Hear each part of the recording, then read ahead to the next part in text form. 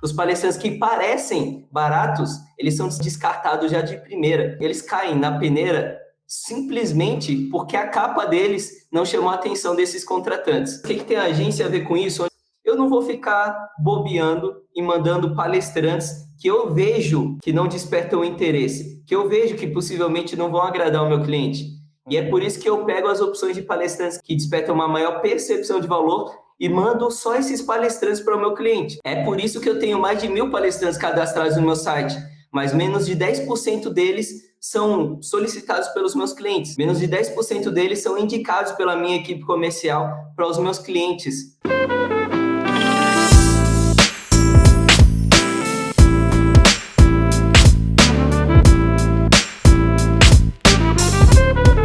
Seja muito bem-vindo, seja muito bem-vinda ao Cafezinho com a Agência. Aqui eu trago um palestrante que aplicou para receber uma consultoria de 1 hora ao vivo aqui comigo, para que eu, por meio da minha experiência como contratante de palestras, ajude ele a destravar, seja lá o que estiver travando, ou tirar as dúvidas que ele tenha sobre o mercado de palestras corporativas, o mercado de palestras para empresas. Eu sou o Lucas Lopes, sou cofundador da Motivação Palestras e hoje eu vou ter o prazer de receber um cara que, além de assessor de um palestrante, ele também está para desbravar o mercado de palestras. Vai ser um papo bem interessante hoje. Bom dia, Gustavo. Maravilha. Boa. Hoje eu sou todo ouvidos. Essa nossa live aqui hoje é para você, tá? Então, se você tiver aí de dúvidas, já começa a mandar que eu tô curioso para saber. Legal, Lucas. Primeiro, agradecer aí a oportunidade de estar participando aqui, de conhecer um pouquinho mais desse mercado, poder tirar aí algumas dúvidas com você. Eu conheci a Motivação através de uma pesquisa que eu fiz, né, recentemente, porque eu sou jornalista de formação, eu também trabalho com marketing, já fiz algumas palestras e eu comecei a assessorar um palestrante, uma pessoa que já tem experiência, que já fez muita coisa, só que no mercado corporativo ainda não. Então eu comecei aí a ajudar um pouquinho com a experiência também de produtora, também sou produtor de TV. Foram pintando dúvidas com relação ao mercado e... Você é aqui de São Paulo? Não, eu sou do Rio.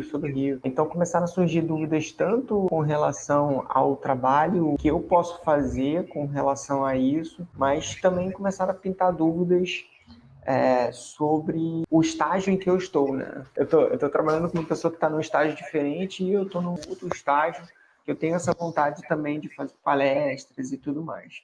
Então, assim, primeira dúvida que eu queria perguntar pensando numa pessoa como eu, assim, no meu caso. Eu tenho experiência com comunicação, com falar em público, porém eu nunca fiz uma palestra, nunca abordei uma empresa, nunca defendi um tema, apesar de já ter feito algumas palestras, nunca, assim, como um palestrante contratado.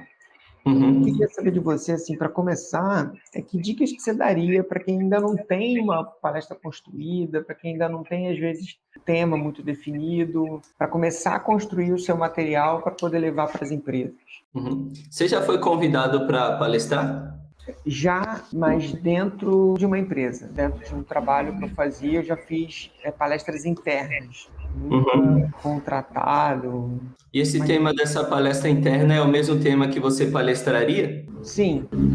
Olha que interessante, Gustavo. Você ainda não é um palestrante e já está dando palestras. Você nem é um palestrante, já está sendo convidado para dar palestras. Eu sei que foi internamente uma palestra da sua empresa, mas eles não te chamariam se ele não tivesse visto que você é capaz de entregar aquilo que você entregou na palestra, certo? Isso daí é óbvio. Isso comprova algo que eu sempre repito, que não precisa ser um palestrante para dar palestras. Não precisa ser um palestrante para dar palestras. E você é a prova viva disso. Você ainda não é palestrante e deu palestra, querendo ou não, isso é um fato, tá?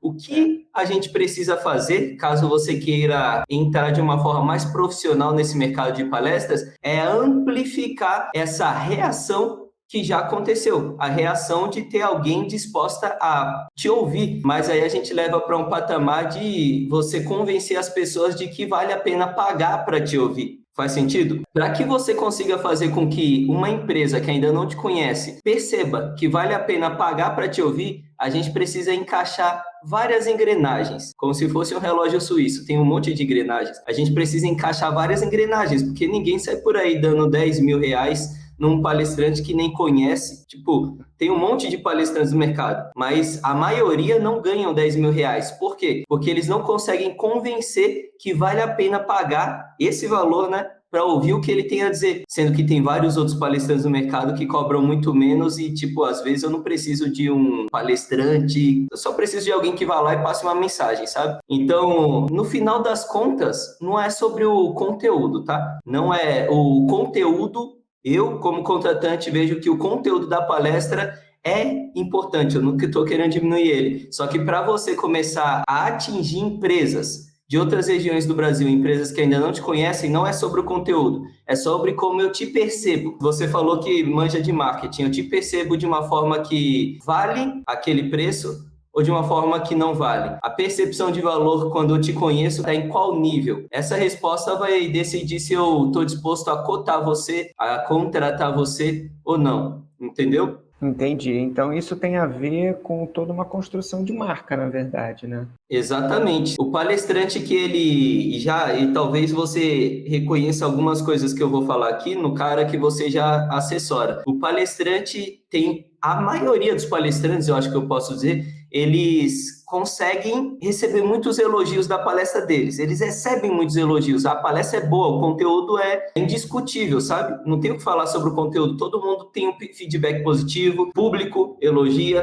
pessoas seguem nas redes sociais, contratante elogia também. Ele é indicado, o cara que contratou ele começa a indicar ele para outras empresas, os outros contratantes que ele conhece, porque a qualidade da palestra não é a questão. O grande problema desse tipo de palestrante é que ele não consegue sair do círculo de networking dele. Ele acaba fazendo palestra só para quem está dentro do círculo de networking. Por quê? Porque é necessário que eu assista a palestra desse cara, ou que eu conheça ele para eu conseguir desencadear essas reações de elogio, de indicações. Quando o palestrante começa a sentir dificuldade de sair do círculo de networking dele, significa que o conteúdo ele está sendo muito bom, mas ele está travado nessa questão da percepção de valor. Ele não está gerando percepção de valor o suficiente nas empresas que não conhecem ele. E é por isso que quando ele faz uma prospecção, ele é ignorado, ele não recebe muitos retornos dessa galera que ele aborda, entendeu? Então, a construção da marca é o novo nível para o palestrante que quer sair a um nível regional e partir para um nível nacional. Tá,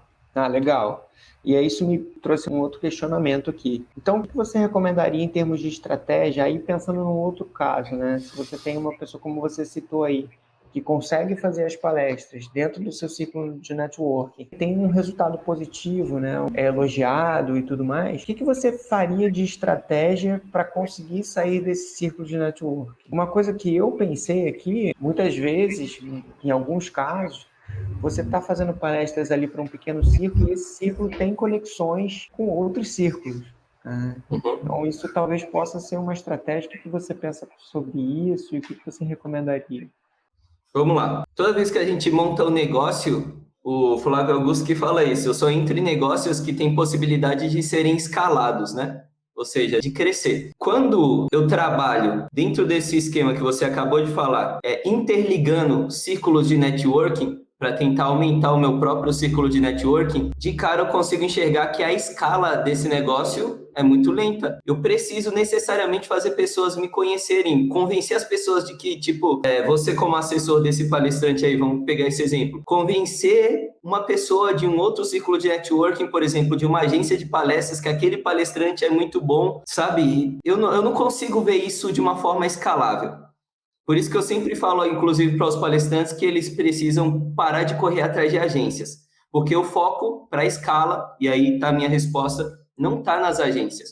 O foco para a escala está em você voltar para o básico do marketing, do business, sabe? Definir quem é o seu público ideal. Esse é o básico do negócio. Então, eu chego e defino qual que é o meu público ideal. E eu vejo que a maioria dos palestrantes não tem um público ideal. Eles palestram para quem aparecer querendo a palestra dele. Ele se comunica para quem quiser contratar a palestra dele. E no mercado de palestras, a gente tem 7 tipos de contratantes de palestras. Se você está se comunicando para os 7 tipos de contratantes de uma forma aleatória, você não está brilhando os olhos de nenhum deles. É aquele famoso atirar para todos os lados, né? Então, quando eu começo a me comunicar com um tipo de contratante específico, levando em consideração o comportamento específico desse tipo de contratante, os hábitos de consumo de palestras específico desse tipo de contratante, eu começo a ser muito mais atrativo para esse cara, porque eu estou conversando agora a língua dele, e não 10 línguas, 7 línguas ao mesmo tempo, sabe? Então, a primeira coisa de estratégia que eu passaria para que você começasse a aumentar a sua escala, sair da prisão do ciclo de networking, é voltar para o dever de casa, né, do caderno, a caneta, definir o público-alvo. Depois de definir o público-alvo, a grande questão é você entender que tudo que você criar a partir de hoje vai ser voltado para despertar o interesse desse cara. Então, definir meu público-alvo. Vai ser Sebrae? Vai ser prefeitura? Vai ser universidade? Ou vai ser empresas privadas? Definir.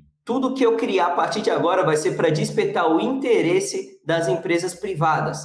Vou criar um vídeo, esse vídeo precisa despertar interesse de empresa privada. E-mail precisa despertar interesse. Media Kit precisa despertar interesse da empresa privada. Como despertar interesse? Qual é a melhor ferramenta para despertar interesse? Como eu incremento minhas ferramentas para despertar interesse? Aí são ferramentas de marketing, são outras coisas que a gente precisa conversar. Então, por isso que eu disse, são um conjunto de engrenagens ali no nosso relógio suíço. Entendi. Não, legal. Isso, inclusive, era uma pergunta que eu tinha anotado aqui para fazer para você, a respeito de ferramentas. O que você considera que são materiais importantes e o que é perda de tempo? Pelo que eu entendi do que você falou, isso vai, obviamente, depender com quem que você está falando.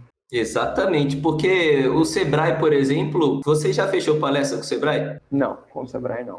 O Sebrae é assim, mais alguma prefeitura já fechou? Não. Todo órgão público, prefeitura, Sebrae, eles têm o sistema de licitação para fazer contratação de palestras. Isso você conhece? Sim. Então, a licitação, puta, é um negócio muito burocrático. Eu tenho que enviar 200 documentos que eu seja aprovado para dar a palestra e eles só vão me pagar, tipo, 30, 60 dias depois da palestra, sabe?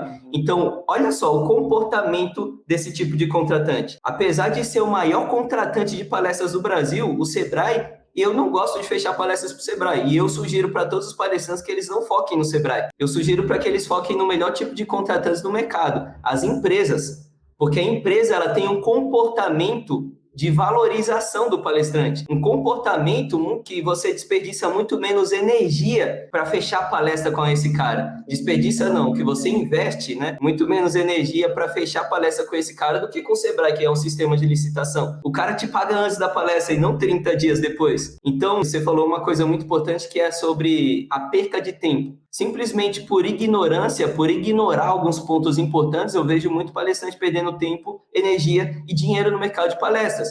E, por exemplo, quando eu crio um Media Kit, um site que não está se comunicando com o meu tipo de cliente que eu quero me comunicar, eu acabo perdendo tempo. Acho que a resposta para essa sua pergunta, Gustavo, não é nem qual ferramenta é a mais importante. Tenta me alavanca melhor, né? Sim, porque, tipo, se eu uso a ferramenta certa, mas eu me comunico errado, eu vou estar perdendo tempo da mesma forma. É por isso que no método que eu criei, eu separei pontos de contato das ferramentas. São duas coisas diferentes. Você tem os pontos de contato e você tem ferramentas que vão te ajudar a potencializar a quantidade de interesse que esses pontos de contato geram, entendeu? Então, para essa resposta não tem, para a sua pergunta, não tem uma resposta de tipo, essa é a melhor ferramenta. Tem um conjunto de ferramentas que você pode utilizar e potencializar elas para despertar mais interesse do público-alvo correto. Faz sentido essa linha de raciocínio? Faz sentido, de fato, porque realmente esse processo de licitação, se você não tiver muita certeza de que é esse caminho que você quer seguir, ele é bem burocrático, ele é bem... É chato o negócio. Chato, né? É isso mesmo. Muito Tem palestrante que fala, caramba, o pessoal só falta pedir meu tipo sanguíneo aqui. É chato o negócio pra caramba. Similar a você fazer, por exemplo, projetos culturais com lei de incentivo, né? Uhum. É tipo isso. É complexo o negócio. Uhum. Entendi. Pô, que legal. E assim, isso acho que pega também, você já meio que passou por um tema que foi uma dúvida minha quando eu comecei a trabalhar com isso e assessorar também um palestrante. Primeiro caminho de ação, conhece as agências de palestra, fala, poxa, eu preciso entrar aí. Acho que a primeira, quando você não tem tanto conhecimento do mercado, você olha para isso e pensa assim, caramba, eu preciso estar dentro disso. Chegou um determinado momento que eu me questionei se, de fato, vale mais a pena você buscar as agências de palestras para que eles sejam replicadores ali do seu trabalho, ou se vale você criar uma estratégia e ir direto no departamento de marketing das empresas. O que você pensa com relação a isso e estratégia que você normalmente utiliza? É óbvio que você tem uma agência, então isso é um caminho, mas você sugeriria, de repente, uma estratégia híbrida que faça as duas coisas?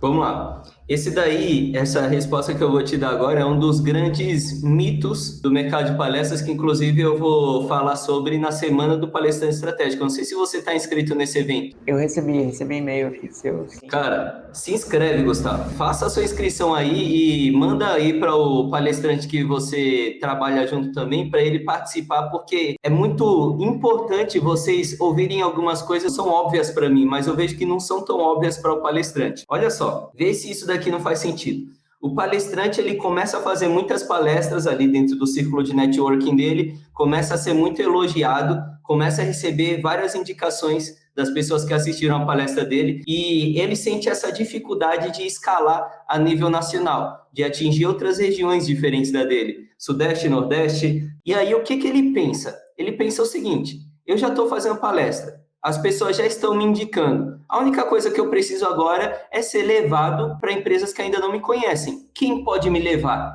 E aí cai as agências de palestras. E aí os palestrantes começam a entrar em contato com as agências de palestras para tentar fazer isso que eles acham que vão ampliar a rede de contato deles, o círculo de network. Faz sentido até aqui? Sim, faz sentido. Qual que é o grande problema disso? O grande problema disso é que a agência, lembra que eu falei para você que tudo gira em torno do interesse? Depois que você define o seu público, você precisa despertar interesse do seu público. O mercado de palestras, eu tenho um mapa, tá grudado aqui na minha parede, eu fiz um mapa do mercado de palestras. A gente tem um grupo exclusivo da Semana do Palestrante Corporativo, que eu falei até que ia tirar uma foto disso daqui e mandar lá no grupo do Facebook. Ontem eu me esqueci, eu preciso fazer hoje.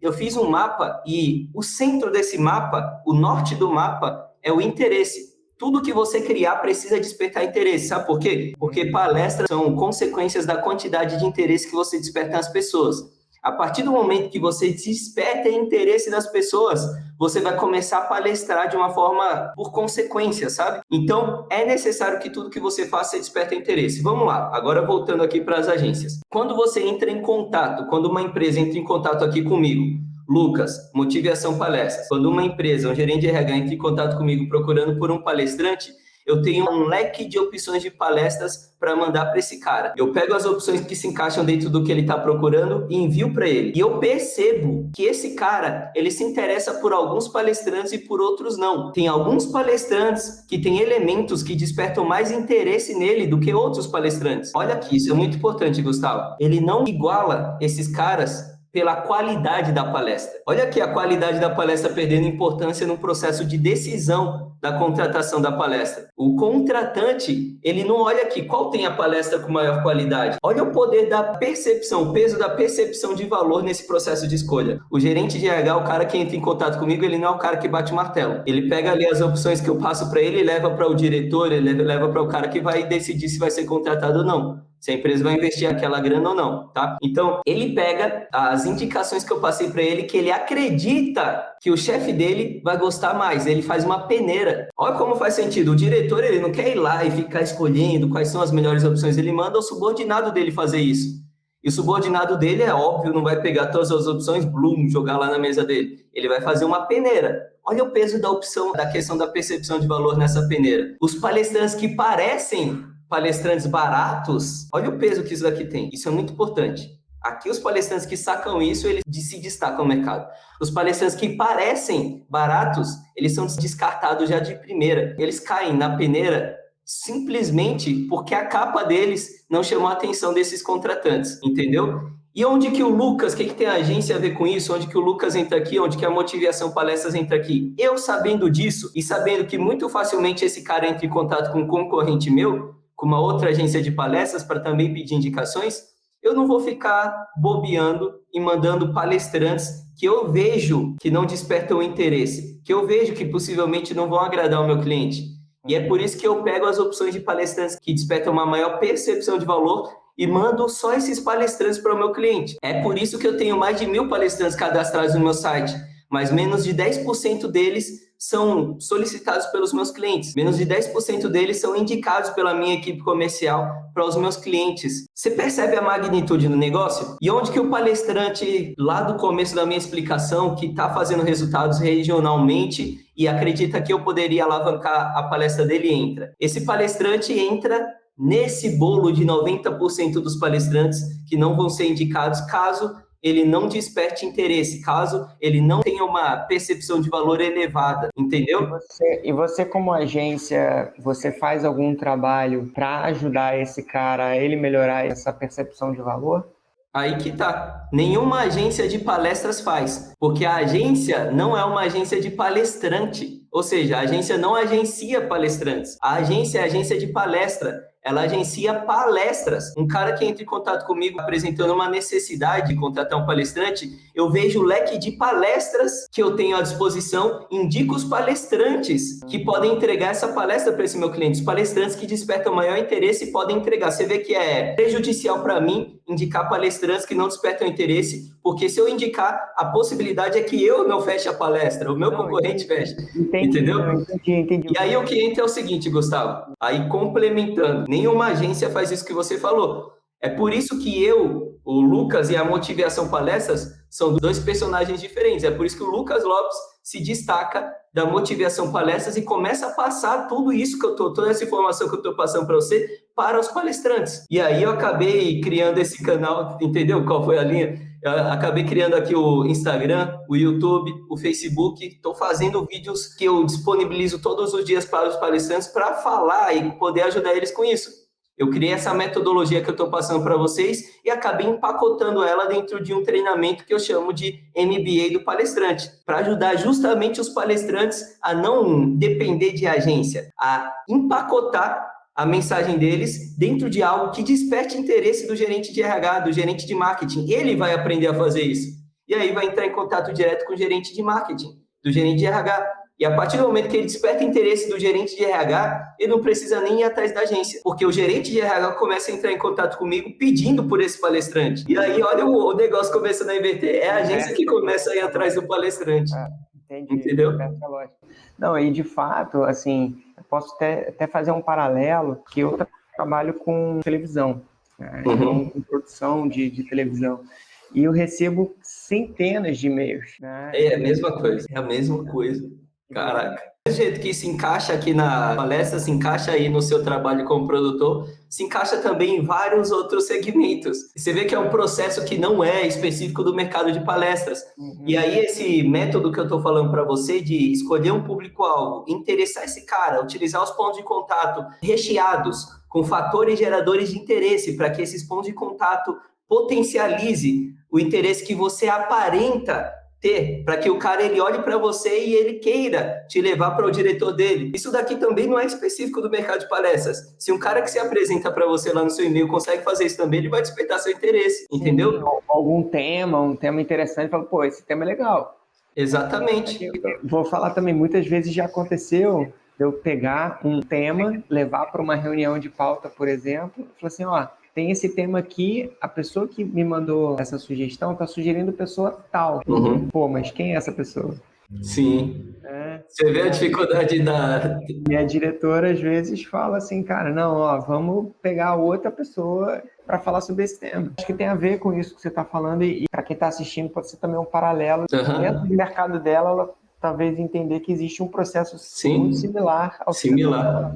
E olha que interessante, você está falando, você acabou de falar esse processo da sua conversa com a diretora, que isso acaba eliminando o cara, e eu aposto que esse cara que foi eliminado, ele nem faz ideia desse motivo, do porquê ele foi eliminado. E é outra visão que ele tem, e ele consegue ter a possibilidade de corrigir isso que elimina ele, se de repente simplesmente você conversasse e falasse isso com ele. O que eu estou fazendo aqui é falar para o palestrante, eu sou o cliente, eu que contrato o palestrante, eu estou falando para ele, cara, isso não dá certo, faça isso daqui, você vai conseguir atingir as empresas de uma forma muito mais fácil. É como se você estivesse numa loja de tênis e falasse para o vendedor, para de me perguntar se eu quero uma ajuda, faça isso daqui, se você fizesse isso eu tinha comprado meu tênis. em vez de falar, tô só dando uma olhadinha, entendeu? É o cliente falando como vender o negócio para ele. E deixa eu te falar, tem uma outra dúvida que eu percebo, talvez você já tenha até respondido isso. Mas, como a gente falou aqui, você falou da importância de você construir uma marca pessoal, né? Você tem um branding. Então, grandes palestrantes, eles têm algo muito forte atrelados a eles, né? Você pensa no Mário Sérgio Cortella, pô, você pensa em filosofia, você pensa no magistrado, você pensa em alguém que pode, obviamente, com o conhecimento que ele tem, adentrar alguns temas. Você pensa no Flávio Augusto, você vai falar de empreendedorismo, você vai falar de negócios, você vai falar de vendas. Então, a minha pergunta é a seguinte: é possível você atuar como palestrante em dois nichos muito diferentes? Você pode dar um exemplo? Vou dar um exemplo. Eu tenho um grande interesse sobre o tema do empreendedorismo, sobre o tema da comunicação, sobre o tema do autoconhecimento. Então, eu acho que isso aí é um pacote. Mas eu volta e meia fico pensando em atuar num outro mercado. Eu já trabalhei também muito no mercado de música, de instrumentos musicais, e eu vejo que é outra coisa. Então eu fico pensando assim, eu acho que são coisas muito diferentes, às vezes elas não conversam. A não ser que, já tem gente fazendo isso, é você falar sobre o negócio da música, né? Você pegar o empreendedorismo, colocar dentro desse mercado aqui. O que você vê na tua prática com relação a isso? Porque o que eu percebo é realmente isso, é algo muito específico. Assim, eu penso no Marcelo Ortega, eu penso em vendas, eu penso, sabe? Sim. No Caio Carneiro, eu penso em negócios. Vamos lá, então. Olha só, toda essa estrutura, essa metodologia que eu passei para você é uma casca. Por trás disso, tem muita coisa que o palestrante precisa fazer para que ele desperte interesse. Parece que eu passei para você aqui passo a passo, mas não, tem várias outras engrenagens. Uma dessas engrenagens, por exemplo, a gente falou lá no começo que você precisa definir quem é o seu público-alvo, certo? Para que você consiga despertar interesse, por exemplo, se você tem até o ditado, macaco quer banana, se você oferecer uma cereja para o macaco, talvez não atraia igual a banana, porque tem aquela ideia de que o macaco ele gosta muito da banana. E isso tem muito a ver com as empresas. Se você oferecer, de repente, empreendedorismo, palestra de empreendedorismo para empresas privadas, talvez seja tão interessante para ela quanto é uma cereja para um macaco. Por quê? Porque as empresas, elas se interessam por temas específicos. São 6 os temas mais buscados pelas empresas, tá? Todo cliente que entra em contato comigo, Gustavo, eu registro todas as informações que ele me deu. Por isso que eu falo que até mesmo quando o cara não fecha comigo, eu ganho, porque eu tenho informações dele. Então, eu tenho as informações de todos os pedidos de palestras que já foram feitos para motivação nos últimos 5 anos. Eu já atendi ou mais ou quase 6.000 empresas nesses últimos 5 anos. Eu tenho todas essas informações. E eu fiz um ranking dos temas de palestras mais buscados. São 6 os temas de palestras mais buscados: motivação, liderança, vendas, trabalho em equipe, política e economia. Quando você oferece, essas são as bananas, tá? Quando você oferece algo diferente disso, é provável, você corre o risco de estar oferecendo algo que não seja tão atraente. Olha a palavra vindo de novo. Interessante. Olha o centro do mercado. Interessante. Você vê como, simplesmente por, de novo, ignorância, por não saber algo, o palestrante às vezes tem mais trabalho do que seria necessário. Se o cara, de repente, fica oferecendo empreendedorismo, descobrindo formas de fazer as pessoas quererem ouvir mais sobre empreendedorismo, cara, é simplesmente você mudar a palavra, porque empreendedorismo não atrai aquele seu público-alvo que é a empresa privada. Mas e se você falasse sobre sentimento de dono? E se você falasse sobre intraempreendedorismo? E se você falasse sobre vestir a camisa? Falasse sobre proatividade. E você percebe? Então, quando eu falo sobre empreendedorismo, experiência própria para as empresas, elas acham que corre o risco do palestrante ir lá e os funcionários começarem a sair para ficar abrindo empresa. Mas eu e você sabem que não tem nada a ver com isso. Tem algumas palavras mágicas aqui, Gustavo. O interesse é uma palavra mágica, percepção é uma palavra mágica. Então, você percebe atração. Então, você percebe como você causa uma percepção não negativa, mas que te afasta do contratante simplesmente por usar a palavra empreendedorismo. E quando você simplesmente muda essa palavra para um tema de palestra, de repente, como proatividade, quando você simplesmente muda para proatividade, você já está atraindo ela, despertando interesse dela, em vez de afastar ela de perto de você. Algo que pode aumentar a velocidade, né, do aumento da sua escala fala e você, às vezes, simplesmente não faz por não saber, entendeu? E não sei se eu respondi a sua pergunta, mas tem alguns elementos, sim, que despertam mais interesse das empresas e eu acredito que não tem problema você falar sobre dois nichos completamente diferentes, caso você se comunique para pessoas diferentes. Então, por exemplo, você vai se comunicar aqui na questão da música para Sebrae, por exemplo, entendeu? O Sebrae, ele fomenta ali o empreendedorismo. Então, você vai fazer palestras ali para a galera que o Sebrae for fomentar empreendedorismo na questão da música. Se você está se comunicando para o Sebrae, você precisa construir toda essa estrutura para despertar interesse do Sebrae. Em paralelo, você está com uma estrutura toda montada para despertar interesse das empresas privadas. Duas comunicações totalmente diferentes para personagens totalmente diferentes. Eu aconselho? Eu não aconselho. Isso daria certo? Até daria certo. Só que você precisaria dividir foco, entendeu? Então, eu não aconselho basicamente por causa disso. Mas dá para fazer? Dá. Entendido. Ah, legal, legal. Uma coisa também que é uma dúvida aqui, uma coisa que eu anotei. Na minha experiência, palestras costumam ser uma coisa muito emocional, né? Uma coisa que te envolve, uma coisa que... Então, o presencial é muito forte nesse sentido, que você consegue, inclusive, criar um ambiente, você consegue pensar, né? É um teatro, é um anfiteatro, a música que eu estou tocando antes do pessoal entrando, tudo isso cria um clima, cria a experiência do cliente, né? E a minha dúvida é justamente assim, e quero saber da tua percepção daí desse último ano, como que os palestrantes conseguiram simular ou criar uma experiência parecida no ambiente virtual? Porque eu acredito que vai continuar sendo uma tendência a palestra virtual. Vou falar para você, Gustavo. As palestras deixaram de ser uma festividade e passaram a ser uma necessidade. Essa é a minha percepção do último ano. As palestras pararam de ser festividade e passaram a ser necessidade. Eu percebia que antes as empresas contratavam palestras muito para evento de final de ano, evento de começo de ano, no dia que vão fazer um evento para anunciar a nova meta, sabe? Então era mais uma questão de festividade, para levantar o ânimo da galera, para mudar a energia do evento. Hoje, o que eu estou percebendo é que as palestras online estão sendo contratadas para ajudar as pessoas que estão trabalhando em home office, principalmente no começo do isolamento, a entender como gerenciar a própria energia no home office. Como gerenciar o próprio tempo no home office, como trabalhar em equipe estando distante, como liderar equipes estando distante. Então o negócio parou de ser festividade, passou a ser necessidade.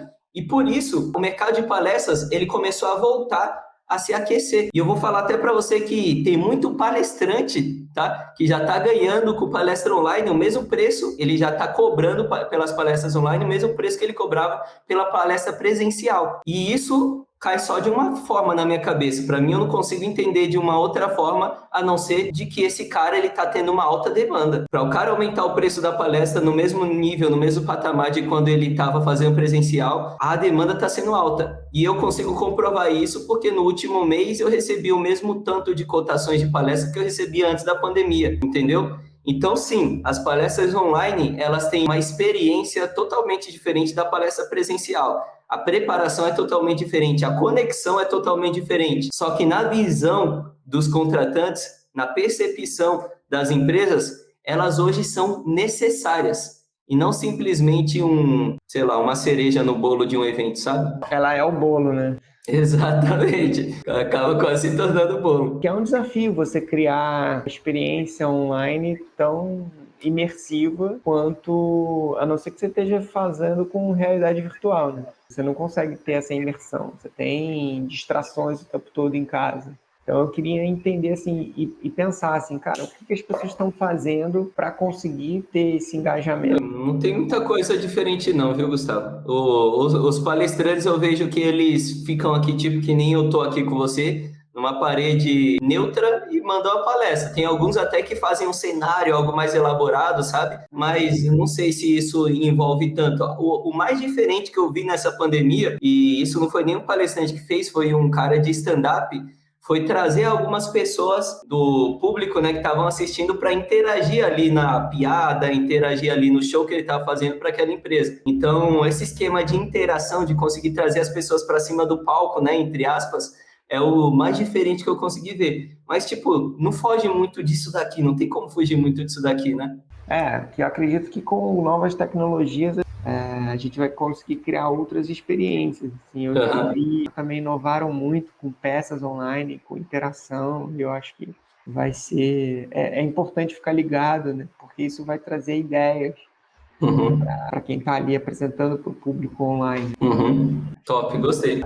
Cara, é um cara chamado... Ele é Neil Agra. Eu vou procurar ele depois que eu gostei dessa ideia aí. É, um negócio bem legal, assim.